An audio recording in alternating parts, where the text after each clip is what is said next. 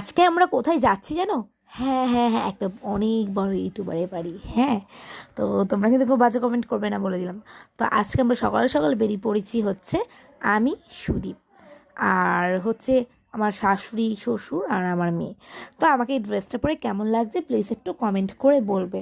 Hello everyone, welcome back to my channel, না our channel, Sudip সাথীর রয় blogging আর সুদীপ সাথী। তো সুদীপের খুব খুব খুব কষ্ট হচ্ছে, যেহেতু সুদীপের কাছে সব ব্যাগগুলো আমি ধরে দিয়েছি। তো ফাইনালি আমরা টোটোতে উঠে পড়েছি সোনাকে নিয়ে। তো সোনা তো চুপটি করে বসে আছে, আর আমি তো এখানে ভিডিও করতেই ব্যস্ত ছিলাম। তো আমার শাশুড়িকে কেমন লাগছে প্লিজ বলবে। আর আমার বাদুরটা তো সবসময় এরম করবে, আমার সোনাটা। যাই হোক, আমরা ভিডিও করতে করতে চলে এলাম পুরো ট্রেনের সামনে। সো ফাইনালি ট্রেনটা চলে এলো। তোমরা দেখতেই পাচ্ছ ট্রেনটা কিন্তু আমাদের জন্য, আমি ট্রেনটাকে বলে রেখেছিলাম যে আমাদের জন্য সিট বুকিং করে রেখেছিলাম, কিন্তু আমাদের বসতে দেয়নি, আমরা দাঁড়িয়েছিলাম। ফাইনালি একটু জায়গা পেয়ে মেয়েটাকে বসিয়ে রেখেছিলাম।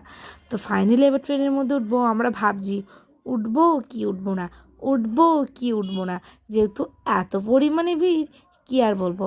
তাই যাই হোক, তারপরে যাই খুশি করে গুতোগুতি করে ঢুকছি। দেখো তো দাদা এখনও ভিডিও করছে, আমি জানি না, আমি এই সবে দেখলাম যে ভিডিও করেছে।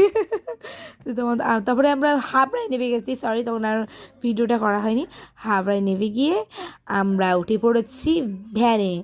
ভ্যানে উঠে ফাইনালি চলে এসেছি ওর মানে সোলাঙ্কি পিপি বাড়ি। হ্যাঁ, পিপি বাড়ি চলে এসেছি। দেখো কতগুলো ব্যাগ। তো আমাকে কেমন লাগছে প্লিজ একটু কমেন্টে বলো। তো দেখো ওকে একটা বাচ্চা মেয়ে নিতে চলে এলো সোলাঙ্কিকে। তো সোলাঙ্কিকে দিয়ে দিলাম। এবার যাবো হচ্ছে আমরা দিদি, ওই দেখো তোমাদের প্রিয়াঙ্কা দিদি ছাতা নিয়ে না বারণ নিয়ে দাঁড়িয়ে আছে আমাদেরকে তাড়াবে বলে। না না, ওরকম কোনো ব্যাপার না, বাইরে কিন্তু বেলুন দিয়ে গেট সাজাচ্ছে।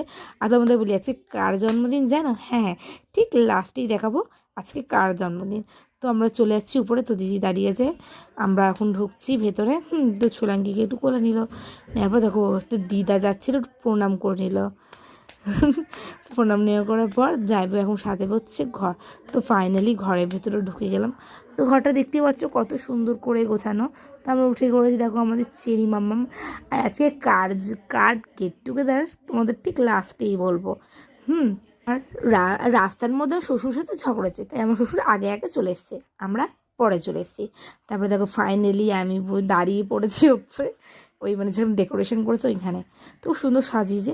তো দুপুরে খাওয়া দাওয়া হচ্ছে, দুপুরে খাওয়া দাওয়ার এখন খাবার খাবো। তো দুপুরে মেনুতে ছিল কি কি তোমরা জানো?